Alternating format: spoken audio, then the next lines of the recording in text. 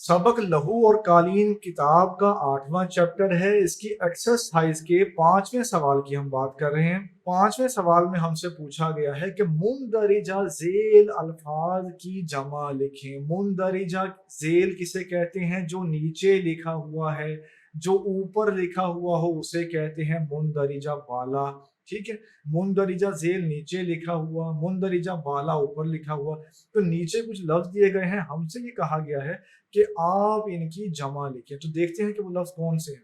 वो लफ्ज हैं मंजर, तस्वीर, बाग, खबर, इनाम, तकलीफ। सबसे पहले आप क्या करेंगे, हम आपको पहले भी बता चुके हैं और आप इससे बखूबी वाकिफ हैं, आप ऐसा करते आए हैं। अपने पास कॉलम बना लेंगे, एक कॉलम में आप लिखेंगे अल्फाज, दूसरे में आप लिखेंगे जमा, या आप लिख सकते हैं एक तरफ वाहिद लिख लें और दूसरे कॉलम में लिखें जमा। तो हम बारी बारी जो है वो सब अल्फाज की जमा बनाते हैं। तो पहला लफ्ज है इस पे मंजर, इसकी जमा आप लिखेंगे मनाजिर।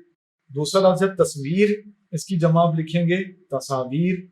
फिर लफ्ज है बाग, इसके सामने आप लिखते हैं बागात।